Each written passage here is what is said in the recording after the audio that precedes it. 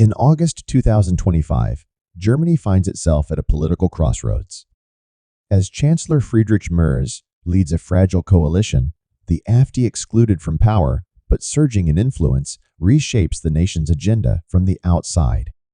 This is the story of how ideas once confined to the political margins are now driving policy at the center. Germany, August 2025. A country at the heart of Europe finds itself wrestling with a political paradox. A new government is in power, led by Chancellor Friedrich Merz, yet much of the public debate, legislative pressure, and media narrative is driven by a party that remains outside the governing coalition, the far-right alternative FR Deutschland, AfD. The federal election of February 2025 dramatically shifted Germany's political landscape. While the CDU/CSU retained the largest share of the vote, it did so with a reduced margin.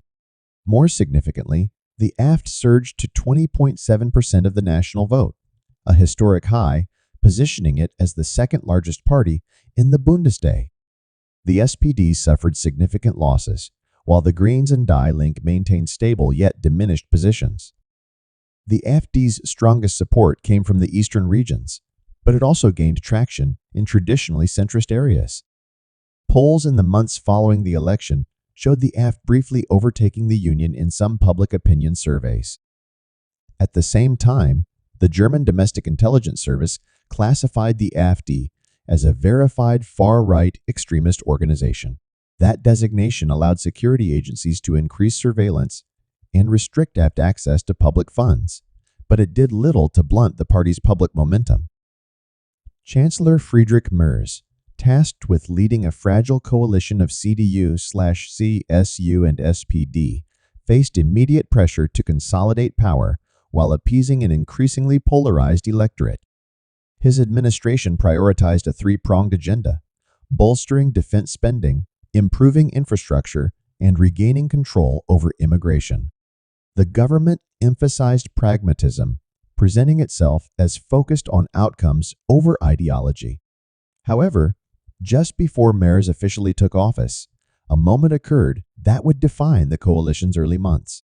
In January 2025, the CDU introduced a non-binding parliamentary motion calling for stricter border controls and enhanced deportation procedures. Though the SPD opposed the measure, it passed after receiving full support from the AfD.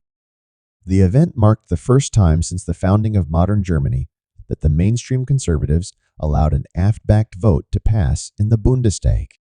Merz defended the vote as coincidental alignment rather than collaboration, but critics across the political spectrum saw it differently.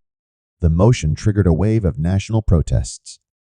Demonstrators flooded city centers under the banner of Brandmauer Demos, evoking the symbolic firewall that had traditionally separated centrist parties from the far right.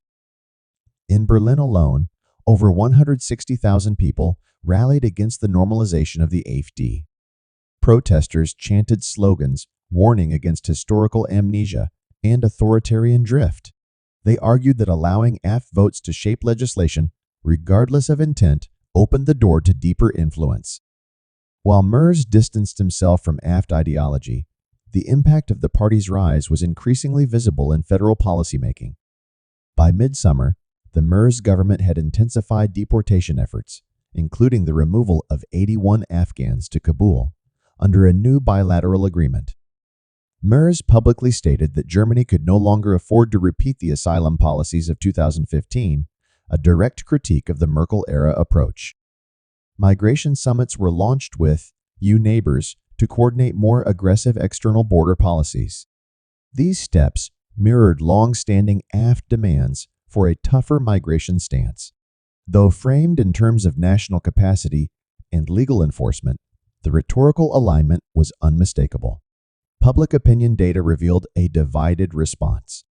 Only about 22% of Germans believed the new government had tangibly improved the situation. Meanwhile, a growing number feared the CDU was being outflanked or influenced by the far right. Internal tensions within the coalition came to the fore again during the nomination of a new constitutional court judge. The government proposed Frau Brosius-Gersdorf, a centrist legal scholar with a pro-choice background. Immediately conservative backlash erupted, amplified by right-wing media outlets and AfD figures. The vote was ultimately postponed under pressure. Merz denounced the politicization of judicial appointments and warned against democratic erosion. Still, the episode exposed the CDU's vulnerability to rightward pressure and the SPD's discomfort within the coalition. At the same time, the AfD began shifting its public strategy. Recognizing the need to appeal beyond its base, party leaders sought to rebrand. They stopped using extreme terms like remigration, focusing instead on economic populism and anti-establishment messaging. The party accused Merz's coalition of election fraud without evidence, echoing tactics seen in other Western democracies. Yet, it also positioned itself as the defender of ordinary German workers, calling for tax cuts, energy subsidies, and migration caps. While AfD remained officially outside the halls of power, it was undeniably driving the political conversation. Issues, once deemed fringe, had moved into the center of policy debates. Language around order, security, and national identity became dominant in political discourse. Coalition lawmakers began echoing these themes, even while condemning AfD extremism. The firewall, once an unshakable norm of post-war German politics, began to crack. At the state level, cooperation between CDU and AfD had already occurred in places like Thuringia and Saxony. Nationally, Merz's decision to pass legislation with AfD support signaled a softening of that stance. Former Chancellor Angela Merkel issued a rare public statement condemning the decision, warning that the firewall existed for a reason. Green Party leaders and members of the SPD echoed her concerns, accusing Merz of enabling the far right. In August 2025, the Merz government finalized a regional border agreement with neighboring countries to crack down on irregular migration. The pact included provisions for external processing centers and faster deportations, particularly for nationals from countries deemed safe. It was the most hardline migration policy seen in Germany since the early 1990s. Once again, critics pointed out its resemblance to long-standing AfD platforms. Despite these moves, the Merz government struggled to shift public perception. A majority of voters remained skeptical that real improvements were occurring. Some polls showed the AfD closing the gap with the CDU/CSU. Others showed them already surpassing it. The SPD, meanwhile, found itself squeezed between loyalty to coalition agreements and a progressive base increasingly alienated by security-focused policies. The AfD's success in 2025 was not rooted in governance, but in agenda setting. By forcing mainstream parties to adopt its language and frame public debates in its terms, it wielded influence disproportionate to its formal power. It normalized once taboo ideas and recast issues of immigration, sovereignty, and national pride as matters of urgent policy rather than ideological extremism. Germany's democratic consensus, forged in the wake of fascism and division, had long depended on broad cooperation among centrist parties. That consensus now faces unprecedented stress. While the Merz government insists it has not crossed any red lines, the line itself is increasingly difficult to define. When policies aligned with the far right are adopted in the name of pragmatism, the firewall becomes a matter of perception rather than policy.